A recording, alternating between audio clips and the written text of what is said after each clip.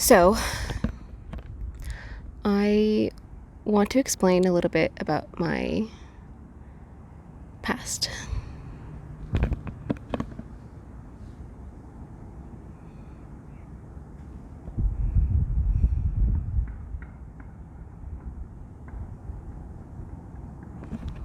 I don't know how to talk about it.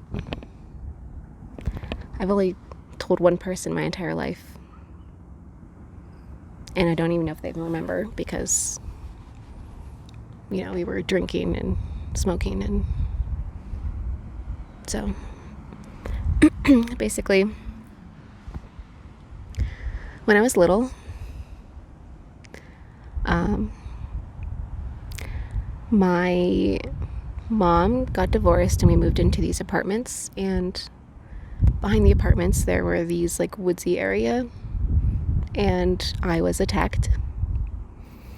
Luckily I was with another kid. I was maybe 10 or 11, and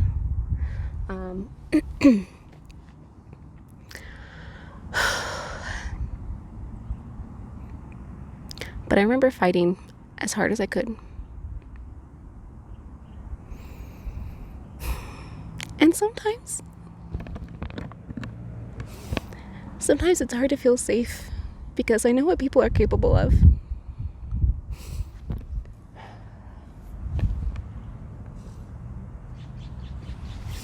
When I first came here, there was a cardinal.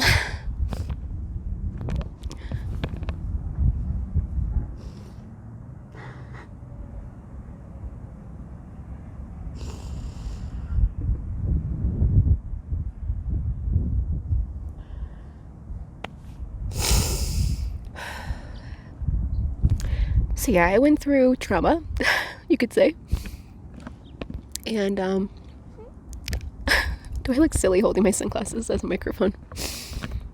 Yeah. But I was young, and my mom was going through her own stuff, and so I didn't really have anyone to talk to about it. Basically, my whole world felt unsafe, and I closed in on myself.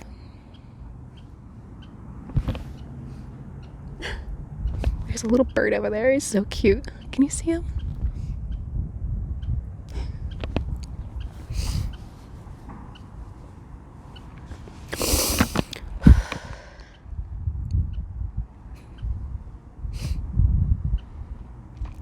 So what ended up happening, because I didn't have anyone that I could really go to, I started drawing. And I had this beautiful sketchbook. I wish I still had it, but I don't. It had gilded pages, and it was like a treasure to me. But I remember so clearly this one drawing that I did. It was this woman in a dress kneeling on a gravestone, crying, with like long hair, and like it was like a graveyard in the background too. And at that point, like, no one in my life had died. I don't know why I was drawing a grave, but a 10-year-old, 11-year-old drawing a grave, not something that kids usually do. But thankfully, my aunt looked through my sketchbook, and she was very encouraging. And soon after, she showed up at my middle school out of the blue and talked to my counselor. And I remember sitting in my counselor's office. I'd never been there before. And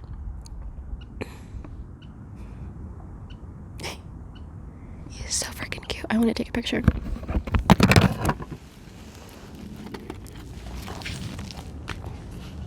You're right there.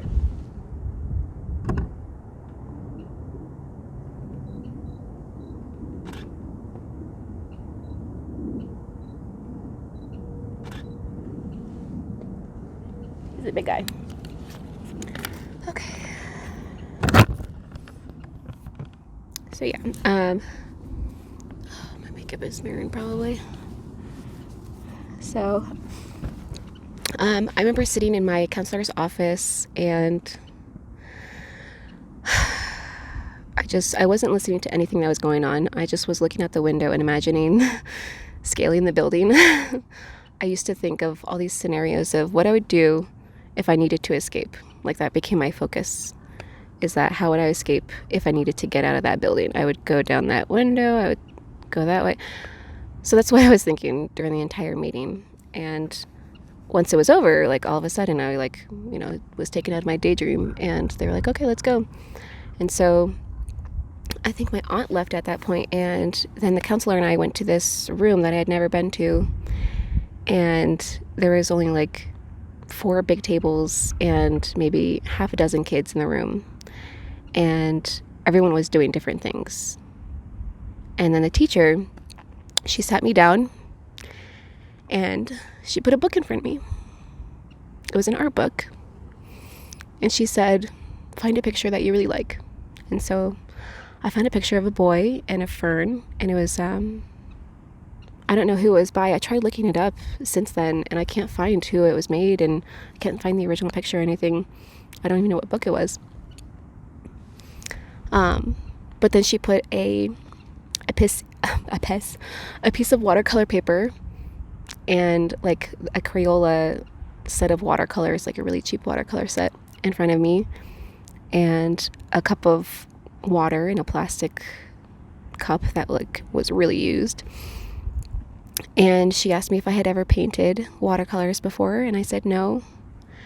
And then she showed me how to paint with it real quick. Like, here's what you do. You put the water on the paint, and then you just paint. And she said, just try to paint the picture. And I did. I still have that picture. I'm so glad I kept that. 8th grade. So how old would I have been? 8, 9, 10, 12. So 13, I guess. 12 or 13.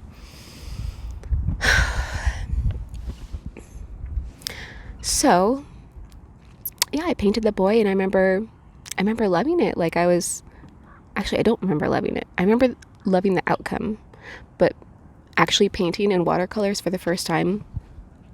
Oh, there he goes. Painting in watercolors for the first time was very frustrating because I couldn't get it to do what I wanted. And you can see in the picture, like, it's very, like, all over the place. It's just, I didn't know how to control the paint. And throughout that class, I made stained glass, like metal and glass. I was cutting glass at 13 years old and like soldering metal to it. And that class probably saved my life. Because when you go through shit, when people are evil to you, they take away your power, or that's how it feels.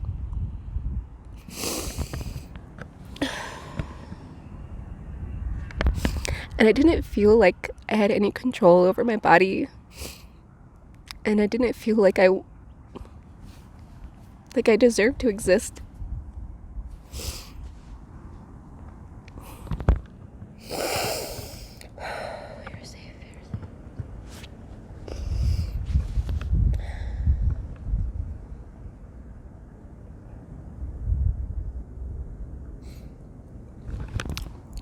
But making art made me feel powerful. It made me feel creative, like I was worthy to exist.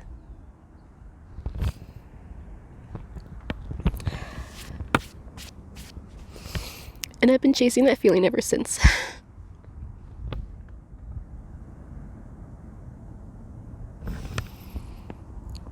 So, that's a little bit about me. And sometimes I have to remind myself not to be afraid. Because I know there are good people out there, and I know there are a lot of good people out there. And I think most people are good. Most people don't want to hurt you.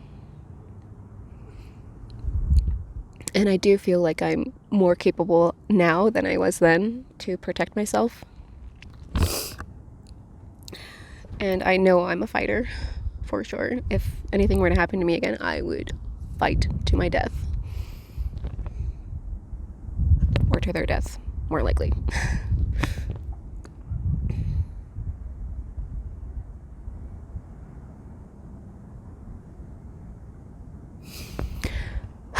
So why am I saying this? I want people to know that no matter what they go through, it's going to be okay. And that there is still beauty out there, and there's still good out there, and there is still love.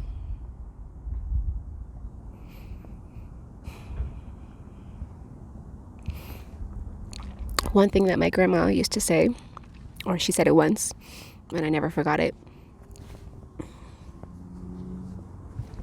was no matter what happens, respond with love. So if someone's being mean or angry, you can't absorb that.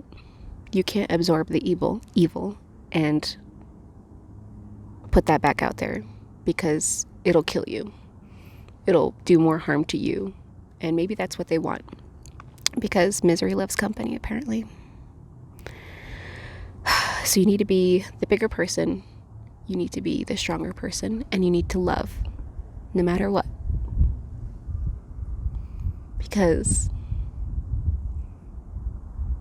life's too short to be in pain, to feel sad for yourself, because you are capable of anything. Anything is possible, and I truly believe that. Side note, I want to tell a different story. Got a lot of stories. When I was 14, I think, 14 or 15, I went to a Christian sleepaway camp in Missouri, middle of nowhere. And we were given before I tell that, I had gotten a journal, 2002, so I would have been, let's see,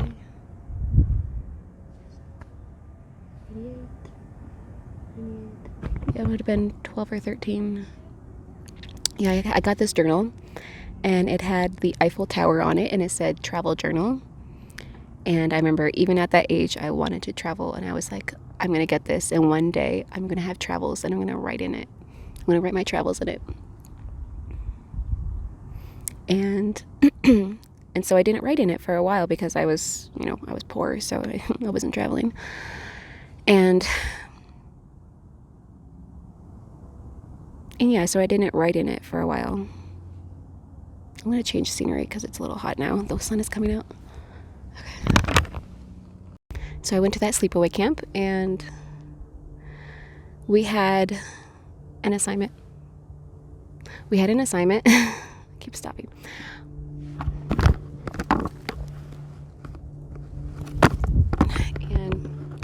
And so one day they took us into the middle of the woods, and they told us, go in different directions, find somewhere to sit and be by yourself where you can't hear another person, and just write. We had several pages of paper and an envelope. So I just wrote. And we were going to write a letter to ourselves in the future. So I wrote to myself, and I just started writing. I just wrote whatever's on my mind, my goals, my thoughts. And then 6 months later, they sent it in the mail. They didn't read it because we sealed it ourselves. And when I opened it, I was like, I love this. I need to do that more. So I took out that travel journal and just started journaling, just writing. And then over the years, I journaled more and more, and just my thoughts, what I was going through, things I wanted, things I didn't want. And it was very healing. I really enjoyed journaling. But when I turned 30, 31, I decided to look back at all my journals and read them again. And it was kind of depressing, my thoughts at the time. Like, I was very boy crazy. I was like, oh, I have a crush on this guy. No, I have a crush on this guy now. No, and this guy. And I'm still that way, honestly. Some things don't change.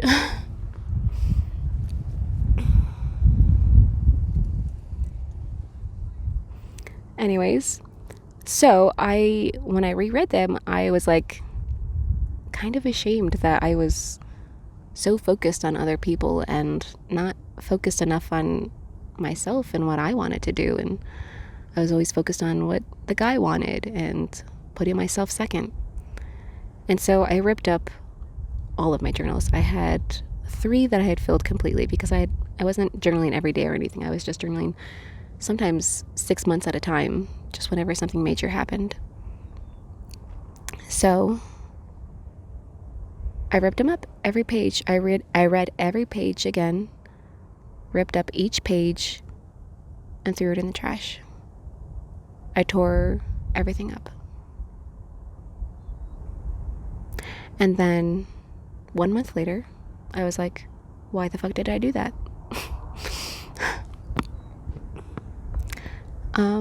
Because it's like, yeah, it's kind of depressing to look back at some of the stupid stuff I wrote down, but it's still me. It's still part of my journey. And to get rid of something like that really made me sad.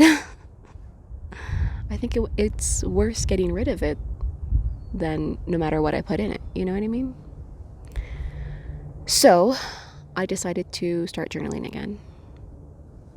And this is the unbelievable part. I went to Goodwill because I don't like buying anything new, like even this shirt. Oh, actually, no. Wait, are these pants new? Anyways, I buy a lot of used stuff or cheap stuff. And so I went to Goodwill to find a journal, and there was, at the very top, my travel journal, the one with the Eiffel Tower on it.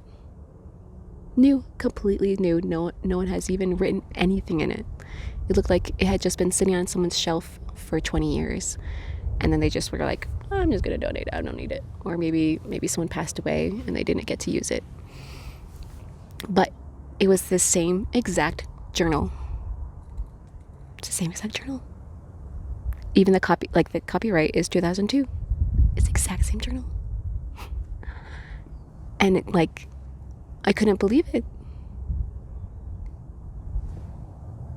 I still can't believe it. How is that possible? People don't just, I can't explain it. What are the fucking odds? It's not a coincidence.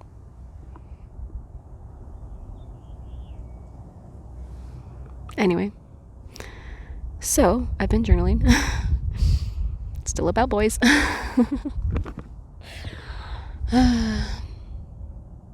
But I have goals now.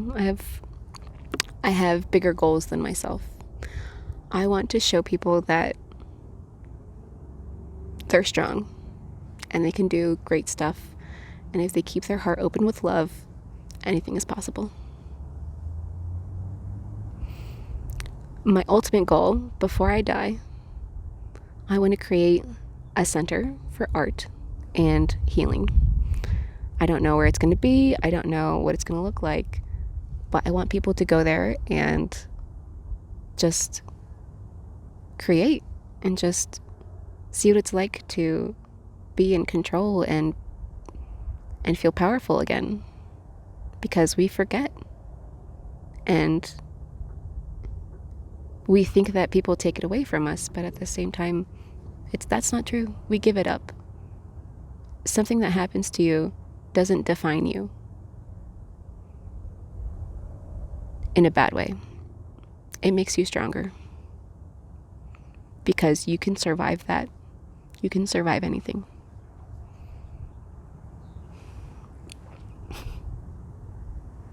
I mean, look at me. I'm in fucking Sedona right now.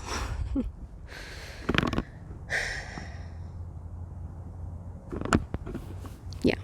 So, I want to make enough money to build a center. I don't know what it's going to be called. I don't know who's going to be participating in it. But I know I'm going to do it one day. Because I think it's needed. Because art helped me. Creating helped me.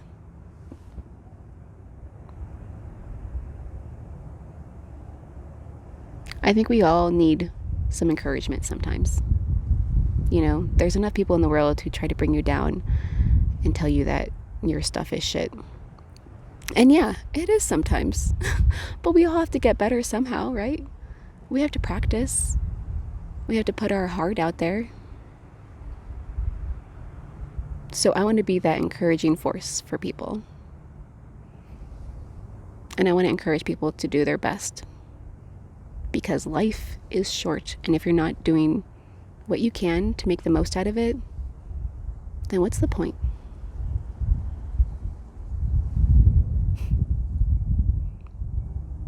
So that's it. I'm going to enjoy the rest of my day. I hope you do too. Thank you for listening. I love you. I love you. Bye.